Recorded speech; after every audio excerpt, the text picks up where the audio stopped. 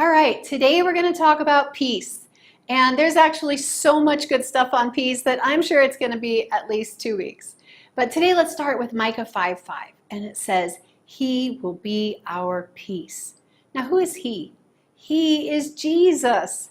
And you may wonder how I know that it's Jesus, because the prophet Isaiah said in Isaiah 9:6, his name will be called Wonderful, Counselor, Mighty God, Everlasting Father, and the Prince of Peace. He's talking about Jesus. Peace is not about our circumstance. Peace is not a thing. Peace is a person.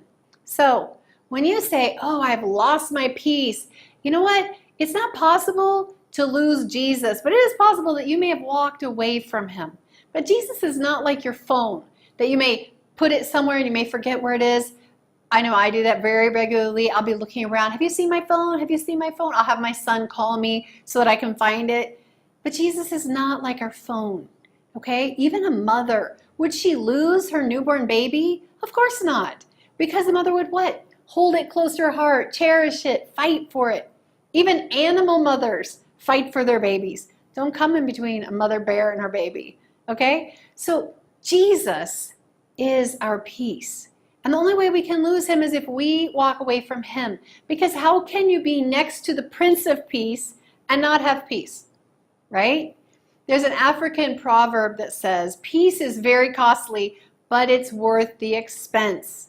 And you know what? There's also a book. It's based on a true story, and it's called Peace Child. Wonderful book. And it's about these two tribes, and they were at war with each other, and they were cannibalistic tribes. So they were very vicious and evil. So how do you find something to build a bridge to make peace? So what happened was these two chiefs from each village gave their newborn baby son to the opposite chief to raise. And as long as their son was healthy and well, the two tribes lived in peace. So along came a missionary, and they saw this happen, and they realized what a perfect opportunity to explain Jesus. And so they said, Jesus is God's peace child.